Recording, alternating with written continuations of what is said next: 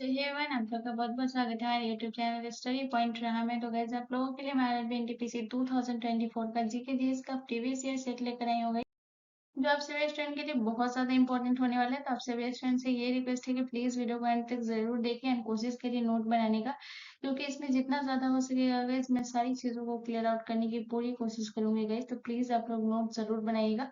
और उससे भी ज्यादा इंपॉर्टेंट चीज होता है, नोट से भी ज्यादा इंपॉर्टेंट चीज होता है रिवीजन। ऐसा नहीं है कि आपको नोट बनाकर रख देना है, उससे भी इम्पोर्टेंट चीज होता है रिवीजन। एक नोट आप बनाइएगा तो वो होता है कि आप कम से कम समय में बहुत सारी चीजों को रिवाइज कर पाएंगे जब आप शॉर्ट तरीके से नोट बनाएंगे। तो ये होता है नोट का, यही बेनिफिट होता है गाइस। लेकिन सबसे इम्पोर्टेंट चीज होता है रिवीजन, और रिवीजन आप तभी कर पाएंगे जब आप चीजों को नोट करेंगे। तो गाइस प्लीज नोट बनाइए एंड रिवीजन करिए, मोस्ट इंपॉर्टेंट चीज है किसी भी एग्जाम में सिलेक्शन लेने के लिए। तो चलिए इस आईआरबी एनटीपीसी 2024 के जीके जीएस के प्रीवियस ईयर सेट को स्टार्ट करते हैं। और आज का हमारा पहला प्रश्न है, क्वेश्चन नंबर 1 है गाइस। क्वेश्चन नंबर 1 हमसे कह रहा है कि निम्नलिखित में से विषाणुओं में जो है क्या होता है। आपको बताना है कि विषाणुओं में जो है क्या होता है। आपके ऑप्शन है, ऑप्शन ए केवल आरएनए होता है, ऑप्शन बी आपसे कह रहा है कि केवल डीएनए होता है, ऑप्शन सी कह रहा है कि या तो आरएनए या तो डीएनए होता है, या ऑप्शन डी कह रहा है इनमें से कोई नहीं। सो इसका जो करेक्ट आंसर होगा वो होगा option C is the correct answer. विषाणु में या तो आरएनए होगा या डीएनए होगा, लेकिन दोनों एक साथ नहीं हो सकता, ना आरएनए और डीएनए एक साथ होगा, ये आपको ध्यान रखना है। अगर विषाणु में आरएनए होगा तो डीएनए नहीं, और अगर डीएनए होगा तो आरएनए नहीं, ये आपको ध्यान रखना है। या तो आरएनए होगा या तो डीएनए होगा, मोस्ट इंपोर्टेंट चीज है guys, जिसको ध्यान रखिएगा। उसका सबसे पहले अगर हम बात करते हैं इसके खोज के बारे में कि बताइए विषाणु की जो है खोज किसने की थी। अगर आपको पता है तो आप मुझे कमेंट करके जरूर बताइए। तो आपको याद रखना है गाइस कि विषाणु की जो खोज की थी रूसी वैज्ञानिक थे गाइस। आपको ध्यान रखना है इवानोवस्की जो है, ये इन्होंने किया था। और कब किया था? 1892 में। तो इसका नाम लिख लीजिएगा। इसका जो खोज है वो किसने किया था गाइस, तो ये आपको ध्यान रखना है। इवानोवस्की जो है गाइस, ये आपको ध्यान रखना है, इन्होंने जो है विषाणु की खोज की। बहुत इंपॉर्टेंट पॉइंट है इवानोवस्की, ठीक है। तो इसको लिख लीजिएगा गाइस, बहुत इंपॉर्टेंट चीज है, इसको ध्यान रखिएगा कि विषाणु की जो खोज है ये किसने की थी। ये पूछता ही है गाइस एग्जाम में, बहुत इंपॉर्टेंट पॉइंट है, इसको ध्यान रखिएगा कि इवानोवस्की ने जो है ये विषाणु की खोज की थी। अगर बात करें कि इन्होंने खोज कब की थी गाइस, तो 1892 में इन्होंने खोज की थी। ये आपको ध्यान रखना है। विषाणु की खोज कब की थी गाइस, तो 1892 में इनावोस्की ने जो है खोज की थी विषाणु की, ये आपको ध्यान रखना है। उसके बाद गाइस बात करते हैं विषाणुओं के आकार के बारे में। खोज तो इसने की थी, हम बात करेंगे इसके आकार के बारे में। बहुत इंपॉर्टेंट पॉइंट है, ध्यान रखिएगा कि विषाणु का जो है आकार कितना होता है, ये बहुत इंपॉर्टेंट पॉइंट है, ध्यान रखिएगा। तो अगर हम बात करते हैं विषाणु के आकार के बारे में गैस, तो ये जो है ये 20 से लेकर 300 नैनोमीटर होता है, ये आपको ध्यान रखना है। विषाणु का आकार जो है ये कैसा होता है गैस, तो ये आपको ध्यान रखना है कि 20 से लेकर 300 नैनोमीटर जो है इसका आकार होता है, ये आपको ध्यान रखना है। बहुत इंपॉर्टेंट है, ध्यान रखिएगा विषाणु के आकार के बारे में, ठीक है। 20 से लेकर 300 मीटर जो है नैनोमीटर जो है इसका आकार होता है। उसके बाद बात करेंगे गाइस विषाणु से होने वाले जो रोग है वो कौन कौन से। अगर हम बात करें कि विषाणु से होने वाले रोग है, बहुत इंपॉर्टेंट है, क्वेश्चन इस टाइप से पूछता है कि निम्नलिखित में से कौन सा रोग है जो विषाणु के कारण होता है। तो ये आपको ध्यान रखना है। तो विषाणु से होने वाले रोग के बारे में बात करेंगे एक एक करके, बहुत इंपॉर्टेंट है विषाणु को, ये आपको नोट कर लेना है इसमें जितना भी पॉइंट लिखा रहेगा। तो अगर हम बात करें कि विषाणु से होने वाले रोग कौन कौन से है, तो सबसे पहले आपको याद रखना है एड्स। एड्स जो होता है ये आपको पता होगा गाइस, ये आपको पता होगा कि ये किसकी वजह से होता है गाइस। तो ये आपको ध्यान रखना है कि ये जो है ये होता है विषाणु के कारण होता है, ये आपको ध्यान रखना है। उसके बाद आपको याद रखना है पोलियो। विषाणु से होने वाले रोग जो है इसको ध्यान रखिएगा, बहुत इंपॉर्टेंट है, याद रखिएगा। तो एड्स हो गया, पोलियो हो गया, उसके बाद आपको याद रखना है और कौन सा हो गया गाइस, तो आपको याद रखना है और हो गया आपका चेचक। ये सब जो है ये किसकी वजह से होता है गाइस, तो एड्स, पोलियो, चेचक। उसके बाद आपको याद रखना है और कौन सा रोग हो गया गाइस, तो आपको याद रखना है खसरा।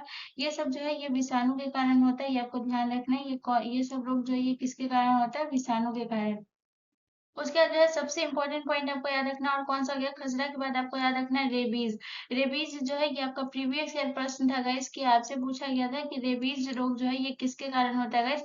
तो ये आपको ध्यान रखना है कि ये जो है ये विषाणु के कारण होता है, ये आपको ध्यान रखना है, ठीक है। ये इतना पॉइंट आप इसको नोट कर लेगा विषाणु से रिलेटेड, ठीक है। चलिए नेक्स्ट क्वेश्चन की तरफ। अगला क्वेश्चन हमारा क्वेश्चन नंबर 2 है गाइस। क्वेश्चन नंबर 2 हमसे कह रहा है कि निम्न में से कौन सा रस जो है वो वसा के पाचन में महत्वपूर्ण भूमिका निभाता है। तो आपको बताना है कि कौन सा रस है जो वसा के पाचन में जो है महत्वपूर्ण भूमिका निभाता है। तो आपके ऑप्शन है, ऑप्शन ए पीत रस, लाल रस, ऑप्शन बी आपसे कह रहा है अग्नाशय रस और पीत रस, ऑप्शन सी आपसे कह रहा है अग्नाशय रस और लाल रस, ऑप्शन डी कह रहा है कि हाइड्रोक्लोरिक अम्ल। तो गाइस इसका जो करेक्ट आंसर होगा वो होगा option B is the correct answer. वसा के पाचन में जो महत्वपूर्ण भूमिका निभाते हैं गाइस वो अग्नाशय रस और पीत रस होता है, ये आपको ध्यान रखना। अगर हम बात करें कि अग्नाशय रस जो है ये कहाँ से स्रावित होता है, ये बहुत इंपॉर्टेंट है, ध्यान रखिएगा। तो अग्नाशय रस जो है ये आपके कहाँ से स्रावित होगा गाइस, ये आपको ध्यान रखना है। तो अगर हम बात करते हैं गाइस कि जो आपका अग्नाशय रस है ये आपको ध्यान रखना है, ये कहाँ से स्रावित होता है गाइस, तो ये अग्नाशय से स्रावित होता है। ठीक है, ये आपको ध्यान रखना है कि अग्नाशय रस जो है ये कहाँ से स्रावित होगा गाइस, तो ये आपको ध्यान रखना है कि अग्नाशय रस जो है ये अग्नाशय से स्रावित होता है, ये आपको ध्यान रखना है। अगर बात करते हैं पीत रस जो है ये कहाँ से स्रावित होता है गाइस, तो ये आपको ध्यान रखना है। पीत रस जो है ये आपके यकृत से स्रावित होता है, ये आपको ध्यान रखना है। पीत रस जो है ये कहाँ से स्रावित होता है गाइस, तो ये याद रखिएगा कि पीत रस जो है ये यकृत से स्रावित होता है, ये आपको ध्यान रखना है। और यकृत जो है मानव शरीर की सबसे बड़ी ग्रंथि है, तो ये आपको ध्यान रखना है। यकृत से स्रावित होने वाला कौन सा रस है गाइस, ये आपको ध्यान रखना है। तो यकृत से स्रावित होने वाला जो है ये पीत रस है, ये आपको ध्यान रखना है। ठीक है, उसके बाद बात करते हैं गाइस पीत रस के बारे में। पीत रस से आपको इंपॉर्टेंट पॉइंट नोट कर लेना गाइस। पीत रस के बारे में जो पॉइंट लिखा रहे हो गाइस इसमें नोट करिएगा। सबसे इंपॉर्टेंट चीज है कि पीत रस में जो है इसको नोट करिएगा कि इसमें एंजाइम नहीं होता है। ठीक है, ये आपको ध्यान रखना है कि पीत रस में जो है क्या होता है guys, तो पीत रस में जो है एंजाइम नहीं पाया जाता है। तो यहाँ पे जो है गलत हो गया, इसको ध्यान रखिएगा कि पीत रस में क्या होता है guys, ये आपको ध्यान रखना है। तो पीत रस में जो है एंजाइम नहीं पाया जाता, ये आपको ध्यान रखना है। और जो है अग्नाशय में एंजाइम पाया जाता है, ये आपको ध्यान रखना है। तो पहले आपको नोट करना है कि पीत रस में जो है एंजाइम नहीं पाया जाता है, ये आपको ध्यान रखना है। पीत रस में एंजाइम नहीं पाया जाता है। उसके बाद अगर बात करते गए अग्नाशय के बारे में, तो अग्नाशय में जो है एंजाइम पाया जाता है, ये आपको ध्यान रखना है।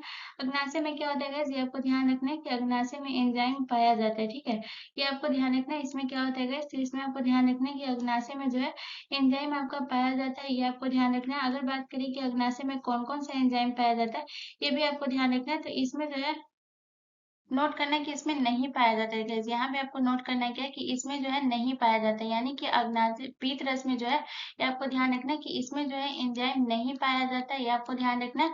और अग्नाशय में जो है एंजाइम पाया जाता है, ये आपको ध्यान रखना है। ठीक है, इसको नोट कर लीजिएगा। और एंजाइम में अग्नाशय में क्या होता है गाइस, इसमें आपको ध्यान रखना है कि इसमें पाया जाता है। अगर हम बात करें कि अग्नाशय में जो है कौन कौन सा एंजाइम पाया जाता है गाइस, ये आपको ध्यान रखना है। तो अग्नाशय में जो है कौन-कौन सा एंजाइम पाया जाता है, तो सबसे पहले आपको याद रखना है अग्नाशय में जो है कौन-कौन सा एंजाइम पाया जाता है गाइस। तो ये आपको ध्यान रखना है, अग्नाशय में जो एंजाइम पाया जाता है, एंजाइम के बारे में बात करेंगे गाइस। तो ये आपको ध्यान रखना है ट्रिप्सिन। ट्रिप्सिन जो है ये कहाँ पाया जाता है गाइस, तो ये आपको ध्यान रखना है कि ट्रिप्सिन जो है ये आपका जो पाया जाता है ये कहाँ पाया जाता है, अग्नाशय में जो है ये आपका एंजाइम पाया जाता है। ट्रिप्सिन एंजाइम जो है ये अग्नाशय में पाया जाता है। इसके बाद आपको याद रखना है लाइपेज। लाइपेज भी जो है ये कहाँ पाया जाता है गाइस, तो ये आपको ध्यान रखना है। लाइपेज भी जो है ये आपको ध्यान रखना है कि अग्नाशय में पाया जाता है। उसके बाद आपको लाइपेज के बाद आपको याद रखना है इमाइलेज। इतना पॉइंट आपको ध्यान रखना है कि ये कहाँ पाया जाता है गाइस, ये 3 एंजाइम जो है आपको ध्यान रखना है, ये जो है अग्नाशय में पाए जाते हैं, ये आपको ध्यान रखना है। ठीक है, यहाँ से इतना प्रश्न आपको याद रखना है। उसके बाद हम बात करते हैं गाइस हाइड्रोक्लोरिक अम्ल के बारे में। हाइड्रोक्लोरिक अम्ल के बारे में जो है ये आपको बहुत इंपॉर्टेंट पॉइंट यहाँ पे ध्यान रखना है। हाइड्रोक्लोरिक अम्ल से आपको ये याद रखना है कि भोजन के पाचन में जो है वो कौन मदद करता है गाइस, तो ये आपको ये वसा के पाचन की बात हो रही थी। लेकिन अगर भोजन के पाचन के बारे में बात करें कि भोजन के पाचन में जो कौन सा मदद करता है गाइस, ये आपको ध्यान रखना है कि भोजन के पाचन में मदद जो करता है गाइस, ये आपको ध्यान रखना है। हाइड्रोक्लोरिक अम्ल जो है ये भोजन के पाचन में मदद करता है, ये आपको ध्यान रखना है। ठीक है, चलिए नेक्स्ट क्वेश्चन की तरफ। अगला क्वेश्चन हमारा क्वेश्चन नंबर 3 है गाइस। क्वेश्चन नंबर 3 हमसे कह रहा है कि निम्नलिखित में से मैंथन बांध किस राज्य में स्थित है। तो आपको बताना है कि मैंथन बांध जो है ये किस राज्य में स्थित है। तो आपके ऑप्शन है, ऑप्शन ए उत्तराखंड में, ऑप्शन बी उत्तर प्रदेश में, ऑप्शन सी राजस्थान में, या ऑप्शन डी झारखंड में। तो गाइस इसका जो करेक्ट आंसर होगा वो होगा option D is the correct answer. ये किस राज्य में गाइस, ये आपको ध्यान रखना है, ये झारखंड में। अगर आपसे पूछे कि मैंथन बांध जो है ये किस नदी पर है, तो गाइस आपको याद रखना है कि मैंथन बांध जो है ये आपके बराकर नदी पे, ये आपको ध्यान रखना है कि मैंथन बांध जो है ये किस नदी पे है गाइस, तो ये आपको ध्यान रखना है कि ये बराकर नदी पे। अच्छा, अगर आपसे पूछे कि ये जो है मैंथन बांध जो है ये झारखंड में, लेकिन आपसे पूछ ले कि ये झारखंड में जो है ये झारखंड के किस जिले में, अगर क्वेश्चन आपसे ये पूछ ले गाइस, तो ये आपको ध्यान रखना है। ये जिला आपको याद रखना है गाइस, बहुत इंपॉर्टेंट है, क्योंकि राज्य सब याद रखते हैं और जिला नहीं याद रखते, तो गाइस ये आपको ध्यान रखना है। तो अगर आपसे पूछे कि ये जो है किस जिले में है गाइस झारखंड के, तो ये आपको ध्यान रखना है कि ये धनबाद जिले में है, ये आपको ध्यान रखना है। ये कौन से जिले में गए, तो ये आपको ध्यान रखना है कि ये जो है झारखंड के धनबाद जिले में स्थित है, ये आपको ध्यान रखना है। कौन? मैंथन बांध जो है ये आपके धनबाद जिले में, ठीक है। इतना पॉइंट आपको जो है नोट कर लेना है मैंथन बांध से। उसके बाद बात करते हैं गाइस मैंथन बांध के बारे में। आपको एक पॉइंट और नोट कर लेना है कि इसे जो है कब चालू किया गया था गाइस इस बांध को, तो 1957 में जो है इसे चालू किया गया था। ये आपको ध्यान रखना है कि इस बांध को जो है चालू कब किया गया था गाइस, तो ये आपको ध्यान रखना है कि 1957 में जो है, यानी कि 1957 में जो है इसे चालू किया गया मैंथन बांध। ये आपको ध्यान रखना है, जो कि आप पिक्चर में देख रहे हैं ये आपका जो है मैंथन बांध है, ये आपको ध्यान रखना है, ठीक है। उसके बाद अगर हम बात करते हैं उत्तराखंड में, उत्तराखंड में जो है गाइस आपका कौन सा बांध है गाइस, ये आपको ध्यान रखना है। मोस्ट इंपोर्टेंट पॉइंट है गाइस, ध्यान रखिएगा। अगर हम उत्तराखंड की बात करें गाइस, तो उत्तराखंड में जो है ना आपको कौन सा बांध है, बहुत इंपॉर्टेंट है, ये आपको याद रखना है, टिहरी बांध। टिहरी बांध जो है ये आपका कहाँ है गाइस, तो ये आपको ध्यान रखना है कि टिहरी बांध जो है ये आपका उत्तराखंड में, ये आपको ध्यान रखना है। टिहरी बांध जो है ये कहाँ स्थित है गाइस, तो ये आपको ध्यान रखना है, ये उत्तराखंड में। पहला पॉइंट आपको याद रखना है। उसके बाद अगर हम बात करते हैं कि टिहरी बांध जो है ये आपका किस नदी पे है गाइस, तो ये आपको ध्यान रखना है कि टिहरी बांध जो है ये आपको ध्यान रखना है कि ये भगीरथी नदी पर है। ये आपको ध्यान रखना है कि ये कौन सी नदी पे गए, तो ये आपको ध्यान रखना है कि टिहरी बांध जो है ये आपका भगीरथी नदी पर है। बहुत इंपॉर्टेंट पॉइंट है, ध्यान रखिएगा क्यों, कौन सी नदी पे गए, तो टिहरी बांध जो है ये आपका भगीरथी नदी पर है, ये आपको ध्यान रखना है। उसके बाद अगर पूछे कि ये किन दो नदियों के संगम पर स्थित है, अगर आपसे संगम के बारे में पूछता है कि ये किन दो नदियों के संगम पर स्थित है guys, बहुत इंपॉर्टेंट है, इसको ध्यान रखिएगा। तो अगर आपसे संगम के बारे में पूछता है guys, तो ये आपको ध्यान रखना है कि ये किस नदी के संगम पे है। अगर आपसे संगम पूछेगा गाइस, तो ये आपको ध्यान रखना है कि ये जो है ये टिहरी बांध जो है ये किस नदी के संगम पर है गाइस, तो ये आपको ध्यान रखना है। ये जो संगम पे है ये आपको ध्यान रखना है, ये किस नदी, भगीरथी तथा भिलंगना नदी के संगम पे, ठीक है।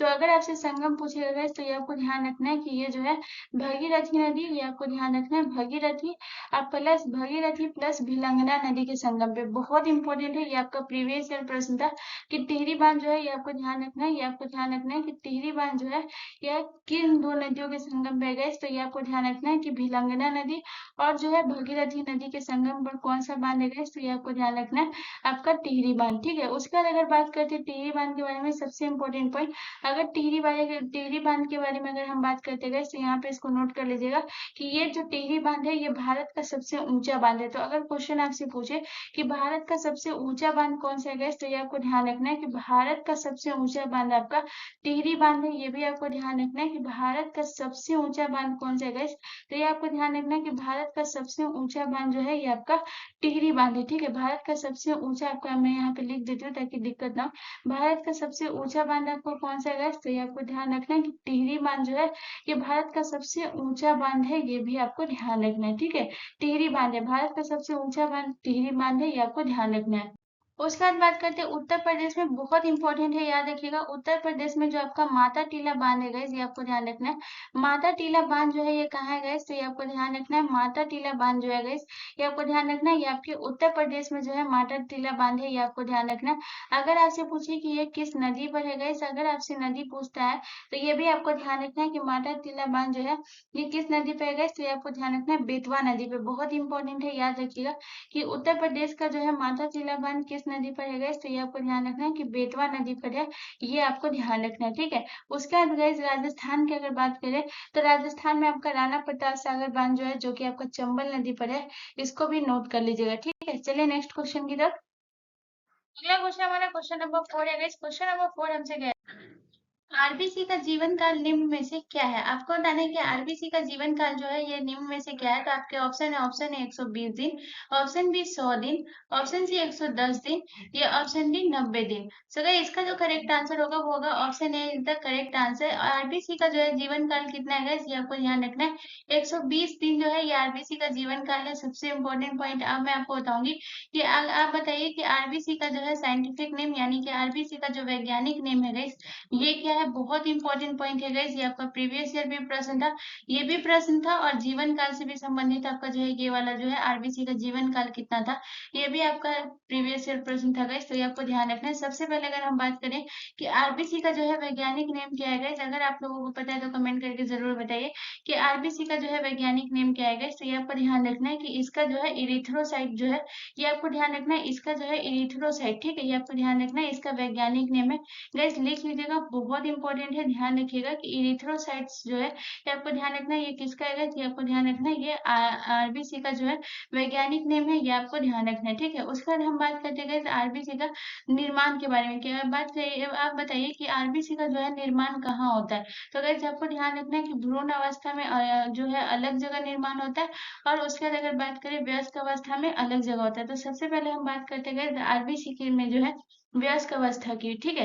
तो अगर हम बात करते हैं कि आरबीसी में जो है वयस्क अवस्था में जो है इसका निर्माण कहाँ होता है, अगर आपसे क्वेश्चन ये पूछे तो ये आपको ध्यान रखना है, ये आप कंफ्यूज नहीं होइएगा। अगर आपसे वयस्क पूछेगा तो आपको ध्यान रखना है कि इसका निर्माण जो होता है अस्थि मज्जा में होता है, ठीक है। अगर आपसे पूछे कि आरबीसी का निर्माण जो है ये कहाँ होता है गैस, वयस्क अवस्था में, तो गैस आपको ध्यान रखना है कि अस्थि मज्जा में जो है ये आरबीसी का निर्माण होता है। लेकिन अगर आपसे पूछे भ्रूण अवस्था, भ्रूण अवस्था में जो है इसका निर्माण कहाँ होता है गैस, तो ये आपको ध्यान रखना है कि भ्रूण अवस्था में जो है इसका निर्माण आपको ध्यान रखना है, ये कहाँ होता है गैस, तो ये आपको याद रखना है कि इसका जो निर्माण होता है भ्रूण अवस्था में यकृत में होता है, ठीक है। ये आपको ध्यान रखना है कि इसका निर्माण जो भ्रूण अवस्था में होता है वो कहाँ होता है गैस, तो ये आपको ध्यान रखना है यकृत में होता है।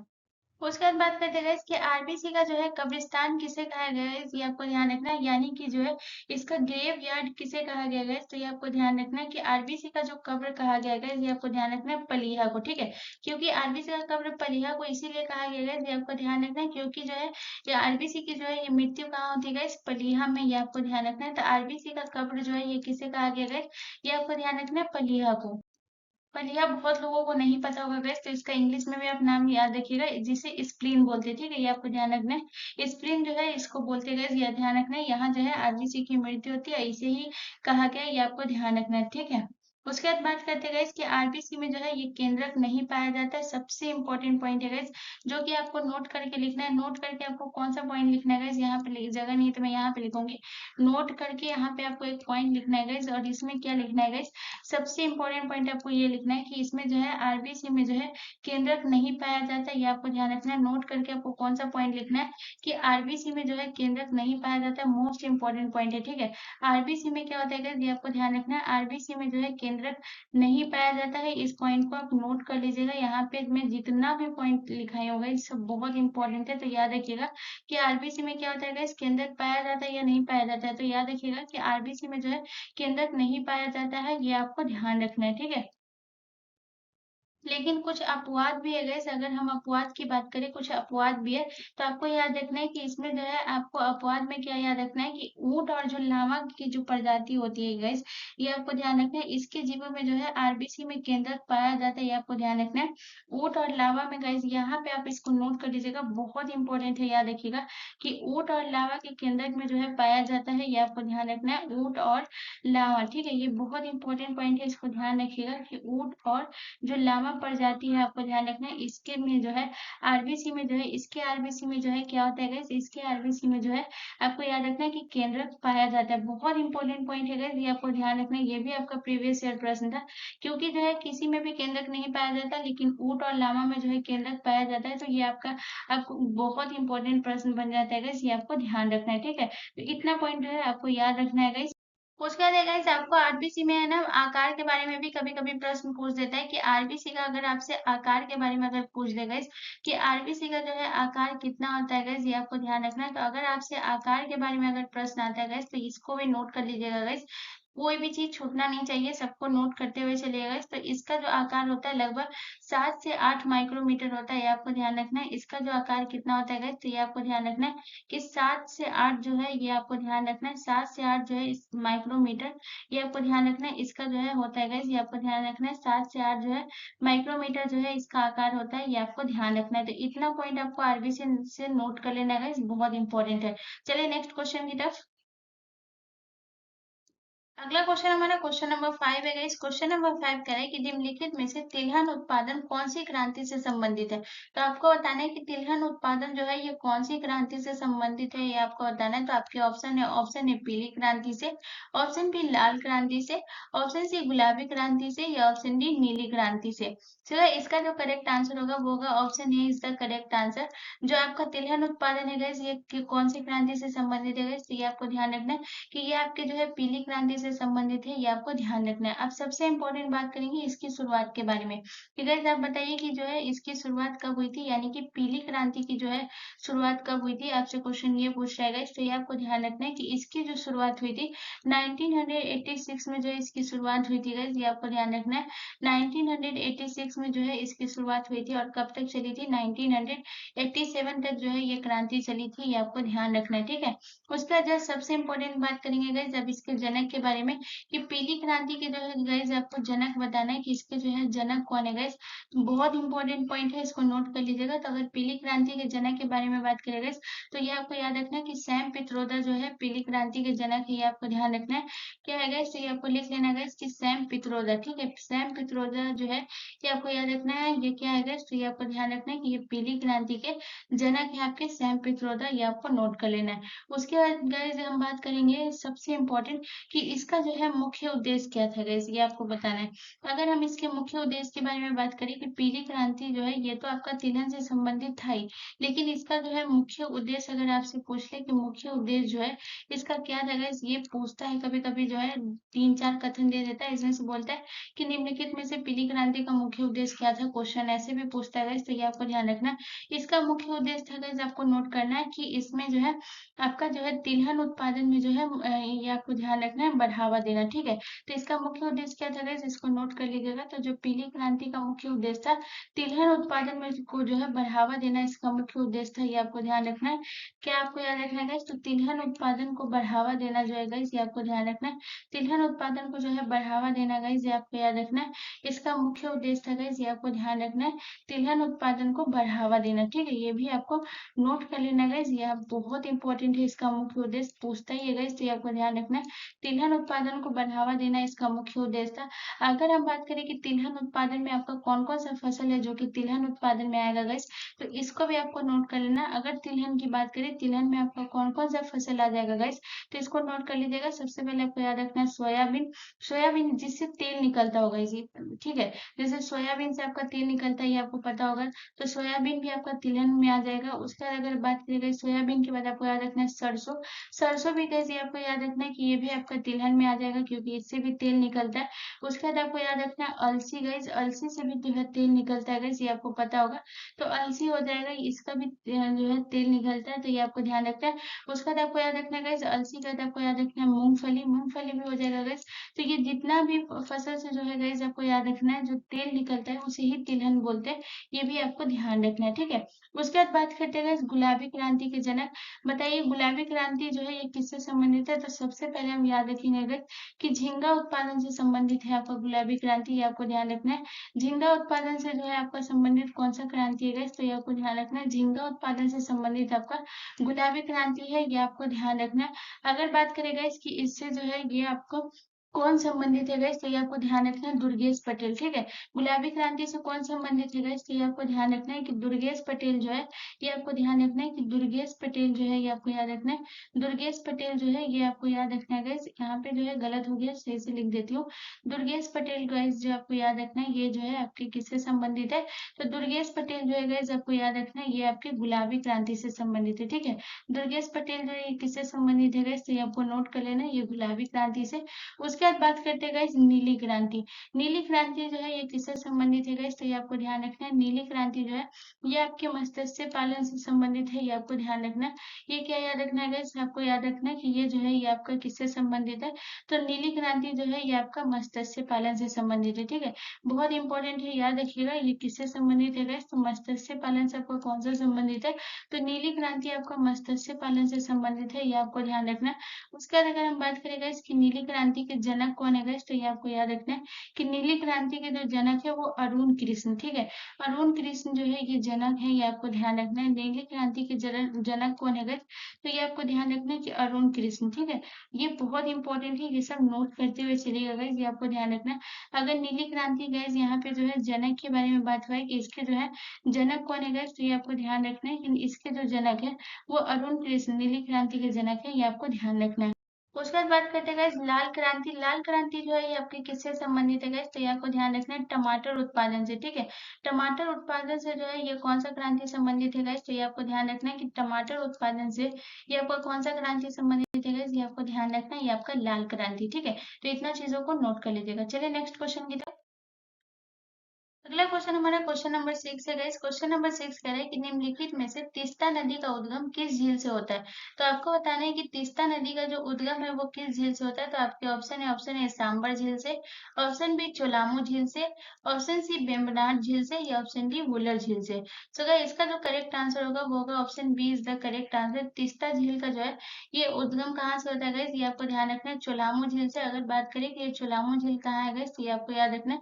चुलामू झील जो है गाइस ये आपको याद रखना है, ये कहाँ है गाइस, तो ये आपको ध्यान रखना है कि ये जो है ये आपका सिक्किम में, ठीक है। ये आपको ध्यान रखना है कि चुलामू झील जो है ये आपका कहाँ है गाइस, तो ये आपको याद रखना है कि ये सिक्किम में, यानी कि जो है सिक्किम में जो है इसका जो है चुलामू झील जो सिक्किम में है, इसका जो है गाइस आपको याद रखना है यहाँ से जो है इसका उद्गम होता है। किसका होता है गाइस, तो ये आपको याद रखना है तीस्ता नदी का उद्गम होता है, ठीक है।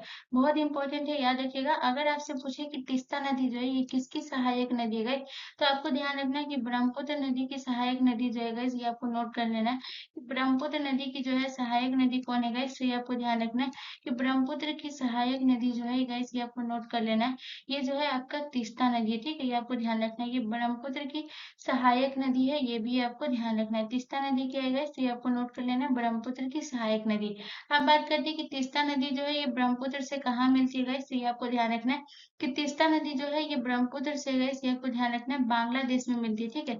ये भी पॉइंट को आपको नोट कर लेना है, बहुत इंपॉर्टेंट है, आपको याद रखना है कि तीस्ता नदी जो है ये आपको याद रखना है ये क्या है गाइस, तो ये आपको याद रखना है कि तीस्ता नदी जो है ये बांग्लादेश में मिलती है, ठीक है। ये भी पॉइंट आपको नोट कर लेना है, ये बहुत इंपॉर्टेंट है, ये पूछता है गाइस, तो ये आपको ध्यान रखना है। ये ब्रह्मपुत्र की तो सहायक नदी है, लेकिन जो है तीस्ता नदी जो है ये ब्रह्मपुत्र से कहाँ मिलती है गाइस, तो ये आपको ध्यान रखना है कि बांग्लादेश में मिलती है ये ब्रह्मपुत्र से, ठीक है। बांग्लादेश में मिलती है, ये आपको ध्यान रखना है, ये भी बहुत इंपॉर्टेंट है। बांग्लादेश में मिलती है तीस्ता नदी ब्रह्मपुत्र से, ये भी आपको नोट कर लेना है। तीस्ता नदी किस नदी से मिलती है गाइस, ये आपको ध्यान रखना है। तो तीस्ता नदी जो है ये ब्रह्मपुत्र से मिलती है, बांग्लादेश में मिलती है तीस्ता नदी। उसके बाद बात करते हैं गाइस सांबर झील। सांबर झील जो है ये कहाँ है गाइस, तो ये आपको ध्यान रखना है कि सांबर झील जो है ये आपके राजस्थान में, ये आपको ध्यान रखना है। सांबर झील जो है ये आपके कहाँ है गाइस, तो ये आपको ध्यान रख लेना है कि सांबर झील आपके राजस्थान में। उसके बाद यहाँ से आपको जो है एक पॉइंट सांबर झील से याद रखना है। सांबर झील से आपको दूसरा पॉइंट क्या याद रखना है गाइस, तो सांबर झील से आपको यह याद रखना है कि ये जो है ये भारत की जो है सांबर झील जो है ये क्या है गाइस, तो ये भारत की जो है सबसे बड़ी अंतःस्थलीय झील है, ये आपको ध्यान रखना है, खारे पानी की, ठीक है। तो भारत की सबसे बड़ी खारे पानी की जो झील है अंतः स्तरीय, ये भी आपको ध्यान रखना है। यहाँ पे जो है बहुत शॉर्ट तरीके से मैं लिख रही हूँ, आप इसको नोट कर लीजिएगा। खारे पानी की जो है सबसे बड़ी अंतः स्थलीय झील, ठीक है। खारे पानी की सबसे बड़ी अंतः स्थलीय झील जो है ये कौन है गाइस, तो ये आपको ध्यान रखना है। खारे पानी की सबसे बड़ी अंतः स्थलीय झील जो है ये आपको ध्यान रखना है, ये कौन है गाइस, तो ये है सांबर झील। खारे पानी की सबसे बड़ी जगह नहीं है गाइस, तो मैं यहाँ पे लिख देती हूँ ताकि आप लोगों को कोई दिक्कत ना हो। तो ये आपको याद रखना है खारे पानी की सबसे अंतः स्थलीय झील, ये भी आपको ध्यान रखना है, ये कौन है, तो सबसे अंतः स्थलीय झील जो है ये आपका सांबर झील है। ये भी आपको नोट कर लेना गाइस, ये आपको ध्यान रखना है, ठीक है। उसका अगर बात करें कि भारत की जो है सबसे लंबी जो झील है वो कौन है गाइस, तो ये आपको ध्यान रखना है कि भारत की सबसे लंबी झील जो है वो वेम्बनाड झील है, ये आपको ध्यान रखना है। ये क्या है गाइस, वेम्बनाड झील जो है ये भारत की सबसे लंबी झील है, ये आपको ध्यान रखना है। भारत की लंबी झील कौन सी है गाइस, तो ये आपको ध्यान रखना है, ये जो है ये वेम्बनाड झील है, भारत की सबसे लंबी झील।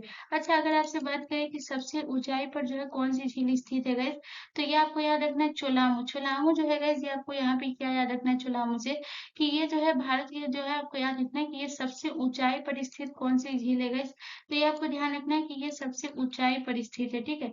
अगर आपसे पूछे कि सबसे ऊंचाई पर कौन सा झील स्थित है गाइस, तो ये आपको ध्यान रखना है कि सबसे ऊंचाई पर स्थित जो झील है ये आपका चोलामू झील जो है ये सबसे ऊंचाई पर स्थित है, ये भी आपको ध्यान रखना है, ठीक है। उसके बाद अगर हम बात करते हैं वुलर झील के बारे में गाइस, वुलर झील के बारे में आपको क्या याद रखना है कि वुलर झील जो है सबसे पहले आपको याद रखना है कि ये सबसे बड़ी मीठे पानी की झील है, ये आपको ध्यान रखना है। ये वुलर झील जो है ये सबसे बड़ी मीठे पानी की झील है, ये आपको ध्यान रखना है। और अगर आपसे राज्य पूछे गाइस ये आपकी जो है कौन से राज्य में है गाइस, तो ये आपको ध्यान रखना है, ये जम्मू कश्मीर में, ठीक है। ये जो है ये कहाँ है गाइस, ये आपको नोट कर लेना है कि वुलर झील जो है ये आपका जम्मू में है, ये भी आपको नोट कर लेना है, ठीक है। ये वुलर झील कहाँ है गाइस, तो ये आपको ध्यान रख लेना है जम्मू में। चलिए नेक्स्ट क्वेश्चन की तरफ। अगला क्वेश्चन हमारा क्वेश्चन नंबर 7 है गाइस। क्वेश्चन नंबर 7 हमसे कह रहा है कि आपको बताना है कि लोक लेखा समिति के सदस्य कितने अवधि के लिए चुने जाते हैं। तो आपको बताना है कि लोक लेखा समिति के जो सदस्य होते हैं वो कितने अवधि के लिए चुने जाते हैं। तो आपके ऑप्शन है 1 वर्ष के लिए, ऑप्शन बी 2 वर्ष के लिए, ऑप्शन सी 5 वर्ष के लिए, या ऑप्शन डी 3 वर्ष के लिए। सो गाइस इसका जो करेक्ट आंसर होगा वो होगा option A is the correct answer. लोक लेखा समिति के जो सदस्य होते हैं वो 1 वर्ष के लिए निर्वाचित होते हैं, ये आपको ध्यान रखना है। उसके बाद बात करते हैं गाइस कि लोक लेखा समिति में जो है ये कितने सदस्य होते हैं गाइस, तो ये आपको ध्यान रखना है कि लोक लेखा समिति में जो है ये टोटल 22 सदस्य होते हैं, ठीक है। अगर आपसे क्वेश्चन पूछता है कि आपको बताना है कि कौन से समिति में सिर्फ लोकसभा के सदस्य होते हैं राज्यसभा के नहीं, तो वो होता है प्राक्कलन समिति, जिसमें सिर्फ है जो है आपको याद रखना है प्राक्कलन समिति।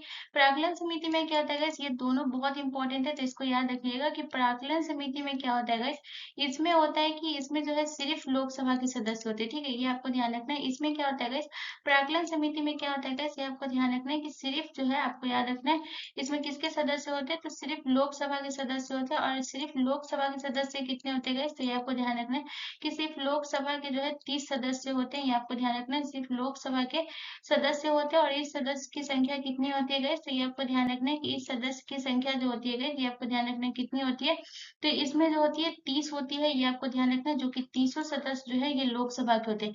लेकिन लोक लेखा समिति में क्या होता है गाइस, लोक लेखा समिति में होता है इसमें टोटल 22 सदस्य होते हैं, ठीक है। ये आपको ध्यान रखना है। लोक लेखा समिति में कितने सदस्य होते हैं गाइस, 22 सदस्य होते हैं, जिसमें से आपको ध्यान रखना है कि इसमें जो है 22 सदस्य होते हैं, ये आपको ध्यान रखना है। लेकिन 15 सदस्य जो होते हैं ये कहाँ से होते हैं गाइस, तो ये आपको याद रखना है कि इसमें जो है 15 सदस्य जो है आपको याद रखना है कि लोकसभा से होते हैं, ठीक है। ये आपको ध्यान रखना है कि 15 सदस्य जो है ये कहाँ से होते हैं गाइस, ये आपको ध्यान रखना है लोकसभा से होते हैं।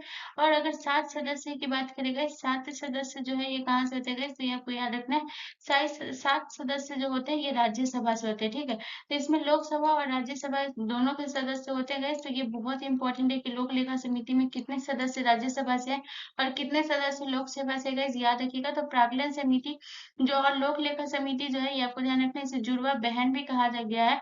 प्राक्कलन समिति और लोक लेखा समिति को जो है क्या कहा गया गाइस, ये आपको ध्यान रखना है जुड़वा बहन कहा गया। तो याद रखिएगा कि प्राक्कलन समिति में जो है इसमें 30 सदस्य होते हैं जो कि सिर्फ लोकसभा से होते हैं, और लोक लेखा समिति में टोटल 22 सदस्य होते हैं, जिसमें 15 सदस्य लोकसभा से और 7 सदस्य जो होते हैं ये राज्यसभा से होते हैं। अगर इसको टोटल करेंगे तो कितना हो जाएगा गाइस, 22। और ये 1 वर्ष के लिए निर्वाचित होते हैं, ये भी आपको ध्यान रखना है। चलिए नेक्स्ट क्वेश्चन की तरफ। अगला क्वेश्चन हमारा क्वेश्चन नंबर 8 है गाइस। क्वेश्चन नंबर 8 कह रहा है कि मोहिनी अट्टम नृत्य का रूप का विकास निम्न में से किस राज्य में हुआ। तो आपको बताना है कि मोहिनी अट्टम जो नृत्य है ये किस राज्य में इसका विकास हुआ। तो आपके ऑप्शन है आंध्र प्रदेश में, ऑप्शन बी तमिलनाडु में, ऑप्शन सी उत्तर प्रदेश में, या ऑप्शन डी केरल में। सो so, इसका जो करेक्ट आंसर होगा वो होगा option D is the correct answer. Kerala में जो है ये आपको ध्यान रखना है। केरल से आपको क्या याद रखना है कि मोहिनी अट्टम भी जो है ये केरल में हुआ है, ये आपको ध्यान रखना है। यहाँ पे मैं लिखती हूँ ताकि जगह मिलेगा, ये आपको ध्यान रखना है कि मोहिनी अट्टम जो है ये आपका केरल से है, ये आपको ध्यान रखना है। अगर केरल की बात करेगा तो ये आपको एक और याद रखना है, मोहिनी अट्टम जो है ये केरल से है। उसके बाद आपको एक पॉइंट और याद रखना है जो कि है आपको याद रखना है कथकली। अगर आपसे पूछे कि कथकली जो है ये कहाँ का है तो ये आपको ध्यान रखना है कि कथकली भी जो है ये आपका केरल, यानी कि 2 शास्त्रीय नृत्य जो है ये आपका कहाँ से है तो ये आपको याद रखना है कि 2 कथकली और जो मोहिनी है ये आपका केरल से है। उसके बाद बात करते हैं गाइस मोहिनी अट्टम से। आपको एक पॉइंट ये याद रखना है कि इस नृत्य को है क्या कहा गया, देवदासी परंपरा से जो है कौन सा नृत्य संबंधित है। मोस्ट इंपोर्टेंट पॉइंट है गाइस, ये आपको याद रखना है। तो देवदासी परंपरा से जो संबंधित नृत्य है वो मोहिनी अट्टम है, ठीक है। ये आपको ध्यान रखना है। देवदासी परंपरा से संबंधित कौन सा नृत्य है गाइस, तो ये आपको ध्यान रखना है। परंपरा से संबंधित जो नृत्य है ये आपका याद रखना है, देवदासी परंपरा से संबंधित है, ये आपका मोहिनी अट्टम है, ये भी आपको ध्यान रखना है। देवदासी परंपरा से जो है ये आपका संबंधित है, है, ये भी आपको ध्यान रखना है, ठीक है। और उसके बाद बात करते हैं गाइस आंध्र प्रदेश से। आंध्र प्रदेश से जो है ये आपका कौन सा नृत्य है, तो गाइस आपको याद रखना है कुचिपुड़ी। कुचिपुड़ी शास्त्रीय नृत्य जो है ये कहाँ का है गाइस, ये आपको याद रखना है कि कुचिपुड़ी शास्त्रीय नृत्य जो है ये आंध्र प्रदेश का, ये भी आपको ध्यान रखना है। उसके बाद अगर बात करते हैं गाइस कि किस नृत्य को जो है ये आपको याद रखना है कि देव नृत्य कहा गया है गाइस।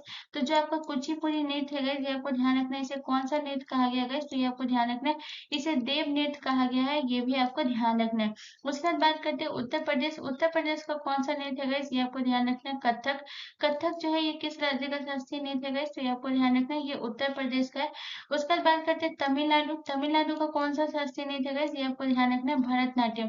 भरतनाट्यम जो है ये कहाँ का है गाइस, ये आपको ध्यान रखना है कि भरतनाट्यम जो है ये आपका जो है आपको याद रखना है भरतनाट्यम कहाँ का है गाइस, ये आपको ध्यान रखना है तमिलनाडु का। अगर बात करते हैं गाइस कि टोटल जो है आपका शास्त्रीय नृत्य कितना होता है, अगर आपको याद रखना है गाइस, तो टोटल जो है आपका शास्त्रीय नृत्य जो होता है ये 8 होता है, ये आपको ध्यान रखना है। टोटल शास्त्रीय नृत्य जो है ये कितना होता है गाइस, ये आपको ध्यान रखना है। तो टोटल शास्त्रीय नृत्य जो है आपको ध्यान रखना है ये 8 होता है, ये आपको ध्यान रखना है, ठीक है। जिसमें से आपका हो गया कुचिपुड़ी हो गया, ये आपको याद रखना है। उसके बाद आपका हो गया कथकली हो गया, मोहिनीअट्टम हो गया, भरतनाट्यम हो गया, कथक हो गया, मणिपुरी हो गया, ओडिशा हो गया, सत्रिया हो गया। ये टोटल 8 नृत्य है जो कि आपको याद रखना है, ठीक है। चलिए नेक्स्ट क्वेश्चन की तरफ। अगला क्वेश्चन हमारा क्वेश्चन नंबर 9 है गाइस। क्वेश्चन नंबर 9 हमसे कह रहा है कि राजस्थान के कितने किले यूनेस्को की विश्व धरोहर स्थल की सूची में शामिल है। तो आपको बताना है कि कितने किले हैं जो कि विश्व धरोहर स्थल के रूप में शामिल है राजस्थान के। तो आपके ऑप्शन है, option A 4, option B 8, option C 6 या ऑप्शन डी 5। सो गाइस इसका जो करेक्ट आंसर होगा वो होगा option C is the correct answer. Rajasthan के टोटल 6 किले हैं, पहाड़ी किले। यहाँ पे आपसे बोल रहे हैं कि राजस्थान के टोटल जो है कितने पहाड़ी किले, 6 पहाड़ी किलों को जो है आपको ध्यान रखना है कि इसे जो है यूनेस्को में शामिल किया गया, या जिसमें आपका है पहला आपका है, आपको याद रखना है पहला आपका कौन सा है, तो पहला आपका है चित्तौड़गढ़ किला। ये आपको ध्यान रखना है कि पहला आपका कौन सा किला है जिसे शामिल किया गया है, तो ये आपको ध्यान रखना है कि चित्तौड़गढ़ किला आपको याद रखना है। चित्तौड़गढ़ किला हो गया पहला आपका, चित्तौड़गढ़ किला जिसे यूनेस्को में शामिल किया गया है, ये आपको ध्यान रखना है। पहला आपका पहाड़ी किला, ठीक है, राजस्थान का। दूसरा आपको याद रखना है, दूसरा आपका कौन सा हो गया गाइस, तो दूसरा आपको याद रखना है चित्तौड़गढ़ किला हो गया। उसका दूसरा आपको याद रखना है कुंभलगढ़ का किला, ठीक है। दूसरा आपको याद रखना है कौन सा किला हो गया गाइस, तो ये आपको ध्यान रखना है कुंभलगढ़ का किला जो है ये आपको याद रखना है, इसे भी जो है यूनेस्को में शामिल किया गया, ये पहाड़ी किला है। उसके बाद आपको याद रखना है कुंभलगढ़ के बाद आमेर का किला, ठीक है। कुंभलगढ़ का किला हो गया, उसके बाद आपको याद रखना है आमेर का किला, 3 पहाड़ी किला हुआ। उसके बाद आपको याद रखना है गाइस जैसलमेर का किला। चौथा पे आपको कौन सा नेम याद रखना है, जैसलमेर का किला जो है इसे भी ये राजस्थान का पहाड़ी किला, ये भी आपको ध्यान रखना है। जैसलमेर का किला इसे भी जो है यूनेस्को में शामिल किया गया, ये आपको ध्यान रखना है। कौन सा किला है गाइस, तो ये आपको याद रखना है जैसलमेर का किला। 5वां पे आपको कौन सा याद रखना है गाइस, 5वां में आपको याद रखना है जैसलमेर के बाद हो गया आपको याद रखना है कौन सा किला हो गया आपका रणथंभौर। रणथंभौर का किला भी आपको याद रखना है, ये जो है ये आपको याद रखना है रणथंभौर का किला, इसे भी आपको याद रखना है, इसे भी जो है यूनेस्को में शामिल किया गया। और उसके बाद आपको छठा में याद रखना है कौन सा किला गाइस, गागनौर का किला। छठा में आपको कौन सा किला याद रखना है गाइस, गागनौर का किला, जिसे जो है आपको याद रखना है इसे 6 जो है किला जो है ये आपको ध्यान रखना है, इसे शामिल किया गया है यूनेस्को में। अगर आपसे पूछे इन 6 किला को जो है एक ही साल जो है शामिल किया गया था, अगर हम बात करते हैं इन 6 किलो का जो है यूनेस्को में कब शामिल किया गया, तो ये आपको याद रखना है कि 2013 में जो है इसे यूनेस्को में शामिल किया गया, यूनेस्को के द्वारा इसे विश्व धरोहर स्थल के रूप में जो है शामिल किया गया, ये आपको ध्यान रखना है। 2013 में यूनेस्को के द्वारा जो है आपको याद रखना है, क्या याद रखना है कि यूनेस्को के द्वारा जो है इसे विश्व धरोहर स्थल के रूप में शामिल किया गया। ये पॉइंट आपको याद रखना है, विश्व धरोहर स्थल के रूप में जो इसे कब शामिल किया गया, 2013 में जो है यूनेस्को के द्वारा विश्व धरोहर स्थल के रूप में इसे शामिल किया गया, ये भी आपको ध्यान रखना है। इतना पॉइंट आप इसको नोट कर लीजिएगा, बहुत इंपॉर्टेंट है, बहुत ज्यादा, ठीक है। और अगर आपसे पूछे कि भारत का सबसे ऊंचा किला कौन है गाइस, तो चित्तौड़गढ़ का किला भारत का सबसे ऊंचा किला है, ये आपको ध्यान रखना है। चलिए नेक्स्ट क्वेश्चन की तरफ। अगला क्वेश्चन हमारा क्वेश्चन नंबर 10 है गाइस। क्वेश्चन नंबर 10 कह रहा है कि निम्नलिखित में से किस विटामिन का रासायनिक नाम बायोटिन है। तो आपको बताना है कि किस विटामिन का रासायनिक नाम बायोटिन है। तो आपके ऑप्शन है, option A vitamin B3, option B vitamin B9, option C vitamin C या ऑप्शन डी विटामिन B7। तो गाइस इसका जो करेक्ट आंसर होगा वो होगा option D is the correct answer. Vitamin B7 का रासायनिक नाम बायोटिन है, ये आपको ध्यान रखना है, बहुत इंपॉर्टेंट है, याद रखिएगा। उसका हम बात करते हैं गाइस आपके विटामिन जो है B3। विटामिन B3 का इसका जो है रासायनिक नेम क्या होता है गाइस, तो ये आपको ध्यान रखना है नियासिन। नियासिन जो है ये किसका रासायनिक नेम है गाइस, तो ये आपको ध्यान रखना है नियासिन जो है ये आपको याद रखना है, ये विटामिन B3 का रासायनिक नेम है, ये आपको ध्यान रखना है, ठीक है। उसके बाद बात करते हैं विटामिन सी। विटामिन सी का जो है रासायनिक नेम क्या है गाइस, तो ये आपको ध्यान रखना है। विटामिन सी का जो रासायनिक नेम है वो है एस्कॉर्बिक एसिड। एस्कॉर्बिक एसिड जो है ये किस विटामिन का नाम है गाइस, तो ये आपको ध्यान रखना है विटामिन सी का। इसको नोट कर लीजिएगा गाइस, बहुत इंपॉर्टेंट है, ये कभी कभी मिलान के लिए भी दे देता है और कभी कभी ऐसे भी पूछता है, ठीक है। तो ये आपको ध्यान रखना है कि एस्कॉर्बिक एसिड जो है ये किसका रासायनिक नेम है गाइस, तो ये आपको ध्यान रखना है। एस्कॉर्बिक एसिड जो है ये विटामिन सी का रासायनिक नेम है, ये आपको ध्यान रखना है। उसके बाद बात करते हैं विटामिन B9 का। विटामिन B9 का जो है रासायनिक नाम क्या है गाइस, तो ये आपको याद रखना है फोलिक अम्ल। फोलिक अम्ल जो है ये आपको याद रखना है, ये किसका नाम है गाइस, तो ये आपको ध्यान रखना है फोलिक अम्ल जो है ये विटामिन B9 का। फोलिक अम्ल जो है इसका रासायनिक नेम है, ये विटामिन B9 का है, ठीक है। इतना आपको याद रखना है। उसके बाद अगर बात करते हैं विटामिन की जो है इसके बारे में बात करेंगे कि विटामिन की जो है खोज किसने की थी गाइस, तो ये आपको ध्यान रखना है कि विटामिन की जो खोज की थी वो फंक के द्वारा जो है विटामिन का खोज हुआ था। विटामिन का खोज जो है ये किसके द्वारा किया गया था गाइस, तो ये आपको ध्यान रखना है फंक के द्वारा जो है ये विटामिन का खोज किया गया था, ये भी आपको ध्यान रखना है, ठीक है। चलिए नेक्स्ट क्वेश्चन की तरफ। अगला क्वेश्चन हमारा क्वेश्चन नंबर 11 है गाइस। क्वेश्चन नंबर 11 कह रहा है कि यक्षगान नामक लोक नृत्य किस राज्य से संबंधित है। तो आपको बताना है कि यक्षगान नामक लोक नृत्य जो है वो किस राज्य से संबंधित है। तो आपके ऑप्शन है हरियाणा से, ऑप्शन बी कर्नाटक से, ऑप्शन सी हिमाचल प्रदेश से, या ऑप्शन डी आंध्र प्रदेश से। तो गाइस इसका जो करेक्ट आंसर होगा option B is the correct answer. Yakshagana जो है ये मोस्ट इंपॉर्टेंट प्रश्न है, आपका प्रीवियस ईयर प्रश्न था। ये पूछ रहा था कि ये किस राज्य का लोक नृत्य है, यक्षगान गाइस, तो याद रखिएगा यक्षगान जो है ये आपके कर्नाटक का है, ये आपको ध्यान रखना है। उसके बाद आपको याद रखना है कुनीथा। कुनीथा जो है ये आपको ढोली कुनीथा हो गया गाइस, ये कहाँ का है गाइस, ये आपको याद रखना है, ये भी कर्नाटक का है। उसके बाद आपको याद रखना है करका। करका जो है गाइस ये आपका कहाँ का है गाइस, ये आपको ध्यान रखना है, ये भी कर्नाटक का है। उसके बाद आपको याद रखना है वीरगासे। वीरगासे जो है ये कहाँ का है गाइस, तो ये आपको ध्यान रखना है कि वीरगासे जो है ये भी आपके कर्नाटक का है, ये भी आपको ध्यान रखना है, ठीक है। उसके बाद बात करते हैं गाइस हरियाणा। हरियाणा से जो है वो कौन कौन सा लोक नृत्य है, आपको याद रखना है। तो अगर हरियाणा की बात करें तो सबसे पहले आपको याद रखना है धमाल। ये आपको याद रखना है धमाल कहाँ का है गाइस, तो ये आपको ध्यान रखना है धमाल लोक नृत्य जो है ये आपको याद रखना है, ये हरियाणा का है। उसके बाद आपको याद रखना है फाग नृत्य। फाग नृत्य जो है ये कहाँ का है गाइस, ये भी आपको याद रखना है, ये हरियाणा का है। उसके बाद आपको याद रखना है सांग। फाग साग ये आपको याद रखना है, ये कहाँ का है गाइस, तो ये आपको याद रखना है ये हरियाणा का, ठीक है। उसके बाद बात करते हैं हिमाचल प्रदेश। हिमाचल प्रदेश में आपका जो है कौन कौन सा नृत्य हो गया, तो आपको याद रखना है डांगी नृत्य। डांगी नृत्य जो है ये कहाँ का हो गया गाइस, तो ये आपको ध्यान रखना है डांगी नृत्य जो हो गया ये आपके हिमाचल प्रदेश का हो गया, ये आपको ध्यान रखना है। उसके बाद आपको याद रखना है छपेली। छपेली जो है ये कहाँ का गाइस, तो ये आपको याद रखना है छपेली जो है गाइस ये आपको याद रखना है, ये जो है ये आपके हिमाचल प्रदेश का हो गया। उसके बाद आपको याद रखना है गाइस और कौन कौन सा नृत्य हो गया गाइस, तो आपको याद रखना है छम। छम जो है ये कहाँ का है गाइस, तो ये आपको याद रखना है छम जो है ये आपके जो है हिमाचल प्रदेश का, ये आपको याद रखना है। उसके बाद आपको याद रखना है नाटी। नाटी जो है ये कहाँ का गाइस, तो ये आपको ध्यान रखना है, ये भी आपके हिमाचल प्रदेश का है। तो इतना आपको याद रखना है। चलिए नेक्स्ट क्वेश्चन की तरफ। अगला क्वेश्चन हमारा क्वेश्चन नंबर 12 है गाइस। क्वेश्चन नंबर 12 कह रहा है कि निम्नलिखित में से कौन सी एक सदिश राशि है। तो आपको बताना है कि कौन सी है जो कि एक सदिश राशि है। तो आपके ऑप्शन है ऊर्जा, ऑप्शन बी कार्य, ऑप्शन सी संवेग, या ऑप्शन डी दाब। सो गाइस इसका जो करेक्ट आंसर होगा वो होगा option C is the correct answer. कौन सी एक सदिश राशि है गाइस, तो ये आपको ध्यान रखना है संवेग जो है ये आपका सदिश राशि है। अगर सदिश राशि की बात करें तो जिसमें परिमाप और दिशा हो उसे क्या कहते हैं गाइस, तो ये आपको ध्यान रखना है कि जिसमें परिमाप प्लस दिशा हो गए तो उसे सदिश राशि कहते हैं।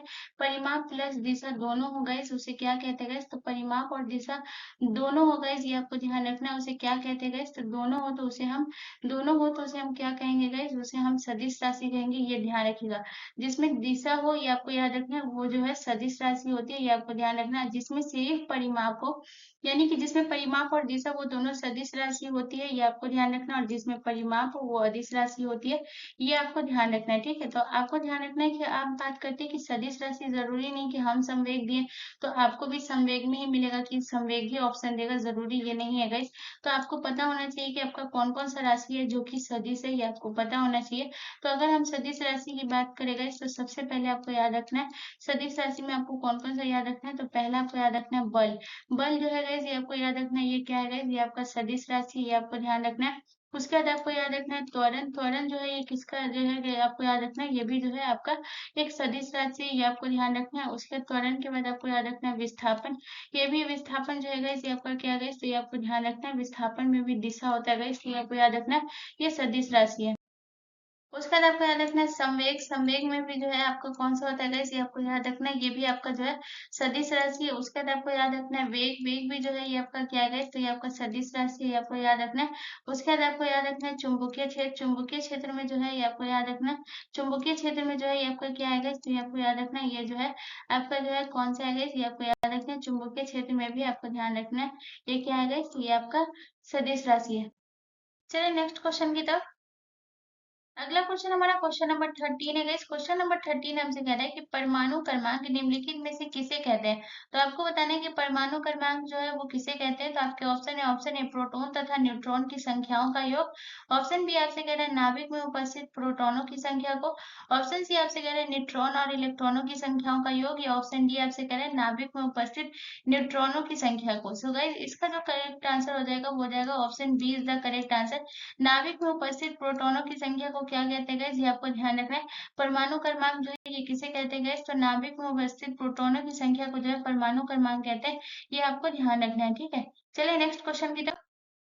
अगला क्वेश्चन हमारा क्वेश्चन नंबर 14 है गाइस। क्वेश्चन नंबर 14 हमसे कह रहा है कि अत्यधिक उच्च तापमान को मापने के लिए किसका प्रयोग किया जाता है। तो आपको बताना है कि अत्यधिक उच्च तापमान को मापने के लिए जो है ये किसका प्रयोग होता है। तो आपके ऑप्शन है, ऑप्शन ए गैल्वेनोमीटर का, ऑप्शन बी स्फिग्नोमैनोमीटर का, ऑप्शन सी एनीमोमीटर का, या ऑप्शन डी पायरोमीटर का।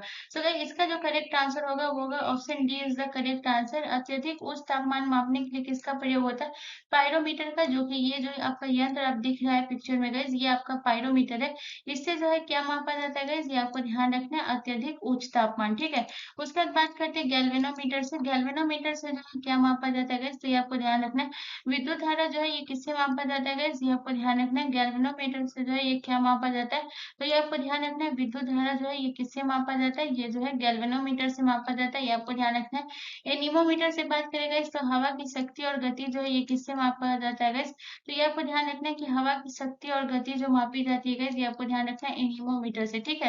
ये आपको ध्यान रखना है कि हवा की शक्ति और गति जो है ये किससे मापी जाती है गाइस, तो ये आपको ध्यान रखना है हवा की शक्ति और जो गति मापी जाती है ये एनीमोमीटर से मापी जाती है, ये आपको ध्यान रखना है। उसके बाद बात करते हैं स्फिग्नोमैनोमीटर। स्फिग्नोमैनोमीटर से जो है ये क्या मापा जाता है, तो रक्त का दाब मापा जाता है, ये आपको ध्यान रखना है कि रक्त का दाब जो है ये किससे मापा जाता है, तो ये आपको ध्यान रखना है कि रक्त का दाब जो मापा जाता है, ये आपको याद रखना है, स्फिग्नोमैनोमीटर से जो है रक्त का दाब मापा जाता है। चलिए नेक्स्ट क्वेश्चन की तरफ। अगला क्वेश्चन हमारा क्वेश्चन नंबर 15 है। इस क्वेश्चन नंबर 15 हमसे कह रहा है कि इनमें से किस राज्य से होकर कावेरी नदी प्रभावित होती है। तो आपको बताना है कि प्रभावित होती है किस राज्य से होकर। तो आपके ऑप्शन है, ऑप्शन ए आंध्र प्रदेश और तमिलनाडु, ऑप्शन बी आंध्र प्रदेश और कर्नाटक, ऑप्शन सी कर्नाटक और तमिलनाडु, ऑप्शन डी महाराष्ट्र और कर्नाटक। सो इसका जो करेक्ट आंसर होगा वो होगा option C is the correct answer. जो है आपका जो है किस राज्य से होकर प्रभावित होती है, कर्नाटक और तमिलनाडु से अगर बात करें। सबसे पहले आपको याद रखना है कि ये कर्नाटक के किस जिले से स्टार्ट होती है गाइस, तो ये आपको ध्यान रखना है। ये कर्नाटक को आपको याद रखना है किस जिले से, तो आपको याद रखना है ये कोडागु जिला से, ठीक है। ये आपको ध्यान रखना है, ये कोडागु जिला से जो है ये स्टार्ट होती है। बहुत इंपॉर्टेंट है, याद रखिएगा कि ये कहाँ से स्टार्ट होती है, तो कोडागु जिला से जो है, कर्नाटक के कोडागु जिला से जो है गाइस ये आपको ध्यान रखना है, ये शुरू होती है, ठीक है। कोडागु जिला से जो है शुरू होती है। शुरू होने के बाद जो है गाइस ये कहाँ जाती है गाइस, तो शुरू होने के बाद आपको याद रखना है, शुरू होने के बाद जो है ये तमिलनाडु में जाती है। शुरू होने के बाद जो है ये कहाँ जाती है गाइस, तमिलनाडु राज्य में जाती है। और तमिलनाडु के बाद जो है ये कहाँ जाती है गाइस, तो ये आपको ध्यान रखना है। तमिलनाडु के बाद जो है ये बंगाल की खाड़ी में जो है गिर जाती है, आपको ध्यान रखना है। ये कहाँ गिर जाती है गाइस, तो ये आपको ध्यान रखना है कि बंगाल की खाड़ी में जो है उसके बाद ये गिर जाती है, ये आपको ध्यान रखना है, ठीक है। बंगाल की खाड़ी में गिर जाती है, ये भी आपको ध्यान रखना है। उसका बाद है कावेरी जल विवाद जो है ये किन दो देशों के, किन दो राज्यों के बीच में है गाइस, तो ये आपको ध्यान रखना है कि कावेरी जल विवाद जो है ये तमिलनाडु और कर्नाटक के बीच है, जो ये आपको याद रखना है। कावेरी जल विवाद जो है ये किसके बीच है गाइस, तो ये आपको ध्यान रखना है, ये कर्नाटक और तमिलनाडु के बीच है। चलिए नेक्स्ट क्वेश्चन की तरफ। अगला क्वेश्चन हमारा क्वेश्चन नंबर 16 है। इस क्वेश्चन नंबर 16 कह रहे हैं कि निम्नलिखित में से सर्वोच्च न्यायालय न्यायाधीश कार्यकाल होता है। तो सर्वोच्च न्यायालय के न्यायाधीश का कार्यकाल जो है ये कितना होता है? तो आपके ऑप्शन ए 65 वर्ष, ऑप्शन बी 60 वर्ष, ऑप्शन सी 68 वर्ष या ऑप्शन डी इनमें से कोई नहीं। चलो इसका जो करेक्ट आंसर होगा वो होगा option A is the correct answer. सर्वोच्च न्यायालय का जो कार्यकाल होता है वो कितना होता है कि आपका 65 वर्ष होता है, ये आपको ध्यान रखना है, ठीक है। उसके बाद जो है गाइस आपको बता दें कि इसकी जो है सर्वोच्च न्यायालय की स्थापना जो है कब हुई थी गाइस? तो अगर सर्वोच्च न्यायालय की हम स्थापना की बात करते गए तो इसकी स्थापना 1950 में हुई थी, आपको ध्यान रखना है। सर्वोच्च न्यायालय की स्थापना जो कब हुई थी गई तो आपको ध्यान रखना है 1950 में सर्वोच्च न्यायालय की स्थापना हुई थी, आपको ध्यान रखना है, ठीक है। चलिए नेक्स्ट क्वेश्चन की तरफ। अगला क्वेश्चन हमारा क्वेश्चन नंबर 17 है। क्वेश्चन नंबर 17 कह रहा है कि निम्न में से कौन सा कथन बलवन के संबंध में असत्य है? यानी कि जो बलवन का जो संबंध है इसमें कौन सा कथन है जो कि असत्य है? तो आपके ऑप्शन है, ऑप्शन ए कह रहा है कि उसने चालीसा दल से संबंधित समानता का दमन किया था। ऑप्शन बी आपसे कह रहा है कि कानून एवं व्यवस्था की बहाली के लिए उसने लॉ एवं रक्त नीति अपनाई। ऑप्शन सी आपसे कह रहा है कि केंद्रीय सैन्य विभाग दीवाने अर्ज की स्थापना की। ऑप्शन डी इनमें से कोई नहीं। तो अगर बात करते हैं चालीसा दल जिसे किसने शुरू किया था गाइस, तो ये आपको ध्यान रखना है, इसको जो शुरू किया था ये आपको याद रखना है किसने शुरू किया था गाइस, तो ये आपको याद रखना है इल्तुतमिश। इल्तुतमिश ने जो है इसे शुरू किया था, लेकिन इसका दमन जो है किसने किया था गाइस, आपको याद रखना है इल्तुतमिश ने जो है इसे शुरू किया था चालीसा दल का। उसके बाद बात करते हैं दमन जो है इसका किसने किया था गाइस, तो इसका जो दमन किया था गाइस ये आपको याद रखना है बलबन के द्वारा जो है इसका दमन किया गया था, ये आपको ध्यान रखना है। तो यह जो है ये करेक्ट आंसर है, यानी कि ये असत्य नहीं है, ये सत्य है। उसके बाद बात करते हैं गाइस इसमें से जो है कानून एवं व्यवस्था की बहाली के लिए उसने लॉ एवं रक्त नीति अपनाई थी, ये भी सही है। उसके बाद केंद्रीय सैन्य विभाग के लिए दीवाने अर्ज की स्थापना की थी, ये भी जो है करेक्ट है। तो इसका करेक्ट आंसर क्या हो जाएगा? इसमें से कोई नहीं है जो कि कथन असत्य है, यानी कि इसमें से जितना भी कथन है गाइस याद रखिएगा सब सत्य है। चलिए नेक्स्ट क्वेश्चन की तरफ। अगला क्वेश्चन हमारा क्वेश्चन नंबर 18 है। इस क्वेश्चन नंबर 18 हमसे कह रहा है कि ऋग्वेद में किसके लिए सबसे ज्यादा मंत्र का प्रयोग किया गया? तो आपको बताना है कि ऋग्वेद में सबसे ज्यादा मंत्र का प्रयोग जो है ये किसके लिए किया गया? तो आपके ऑप्शन है, ऑप्शन ए इंद्र के लिए, ऑप्शन बी सोम के लिए, ऑप्शन सी वरुण के लिए या ऑप्शन डी मारुत के लिए। तो इसका जो करेक्ट आंसर होगा वो होगा option A is the correct answer. Indra के लिए जो है वो सबसे ज्यादा मंत्र का प्रयोग किया गया ऋग्वेद में, ये आपको ध्यान रखना है। तो अगर बात करते हैं इंद्र के बारे में गाइस, आपको याद रखना है कि पुरंदर भी इसे कहा जाता था। इंद्र को जो है ये क्या कहा जाता है गाइस, ये आपको याद रखना है कि इसे जो है पुरंदर भी कहा जाता था। उसके बाद जो है पुरंदर भी कहा जाता था। उसके बाद इंद्र को जो है वर्षा का देवता कहा जाता था। ये आपको याद रखना है कि वर्षा का देवता जो है ये किसे कहा जाता था गाइस, ये आपको याद रखना है। तो वर्षा का देवता जो कहा जाता था वो इंद्र को कहा जाता था गाइस, ये आपको याद रखना है कि वर्षा का देवता जो है ये किसे कहा जाता था, तो वर्षा का देवता जो है इंद्र को कहा जाता था। उसका आपको याद रखना वर्षा का देवता हो गया या फिर युद्ध का देवता, वर्षा का देवता या फिर युद्ध का देवता जो है ये किसे कहा जाता था गाइस, ये आपको ध्यान रखना है इंद्र को कहा जाता था। वर्षा का देवता या युद्ध का देवता ये आपको याद रखना है, ठीक है। चलिए नेक्स्ट क्वेश्चन की तरफ। अगला क्वेश्चन हमारा क्वेश्चन नंबर 19 हमसे कह रहे हैं कि इनमें से किस भारतीय राज्य में लोनार झील स्थित है? तो आपको बताना है कि लोनार झील जो है ये किस राज्य में स्थित है। तो आपके ऑप्शन है, ऑप्शन है तमिलनाडु में, ऑप्शन बी महाराष्ट्र में, ऑप्शन सी गुजरात में या ऑप्शन डी केरल में। चलो इसका जो करेक्ट आंसर होगा वो होगा option B is the correct answer. Maharashtra में जो है ये आपका लोनार झील स्थित है, ये आपको ध्यान रखना है। और इसका जो निर्माण हुआ था गाइस, ये उल्का पिंड के पृथ्वी से टकराने के कारण हुआ, ये भी आपको ध्यान रखना है। अगर बात करें कि ये महाराष्ट्र के किस जिले में गए तो ये आपको याद रखना है बुल्ढाना जिले में स्थित है, ये आपको ध्यान रखना है। ये महाराष्ट्र के किस जिले में स्थित है गाइस, तो ये आपको याद रखना है कि ये महाराष्ट्र के बुल्ढाना जिले में स्थित है, ये भी आपको याद रखना है किस जिले में स्थित है, तो महाराष्ट्र के बुल्ढाना जिला, ठीक है, ये भी आपको याद रखना है। चलिए नेक्स्ट क्वेश्चन की तरफ। अगला क्वेश्चन हमारा क्वेश्चन नंबर 20 है गाइस। क्वेश्चन नंबर 20 कह रहा है कि निम्न में से कौन सी धातु जल के साथ अभिक्रिया करती है? तो आपको बताना है कि जल के साथ जो है वो कौन सी धातु अभिक्रिया करती है। तो आपके ऑप्शन है, option A lead, option B सोना, ऑप्शन सी सोडियम या ऑप्शन डी सिल्वर। तो गाइस इसका जो करेक्ट आंसर होगा वो होगा option C is the correct answer. जो सोडियम है ये आपका जल के साथ अभिक्रिया करती है, ये आपको ध्यान रखना है। उसका जो है सोडियम के साथ साथ और कौन कौन सी है आपको याद रखना है, तो आपको याद रखना है पोटेशियम। पोटेशियम भी जो है ये जल के साथ अभिक्रिया करती है, आपको ध्यान रखना। और कौन सी है गाइस, तो ये आपको याद रखना पोटेशियम भी जो है ये जल के साथ अभिक्रिया करती है। तो आपको याद रखना है कि पोटेशियम जो है आपको याद रखना है ये जो है ये जल के साथ अभिक्रिया करती है। और इसके साथ साथ आपको याद रखना है सोडियम, ये भी जल के साथ अभिक्रिया करती है, आपको ध्यान रखना है। तो गैस ये आप जो आपका आरआरबी एनटीपीसी 2024 का जीके जीएस का प्रीवियस ईयर सेट था वो समाप्त होता है गैस। तो आप मुझे कमेंट करके जरूर बताइएगा कि आपको ये सेशन कैसा लगा। अगर अच्छा लगा होगा तो प्लीज गाइस चैनल को जरूर सब्सक्राइब कर लीजिएगा एंड बेल आइकन पर जरूर क्लिक कर लीजिएगा। मिलते हैं नेक्स्ट वीडियो में गाइस, धन्यवाद।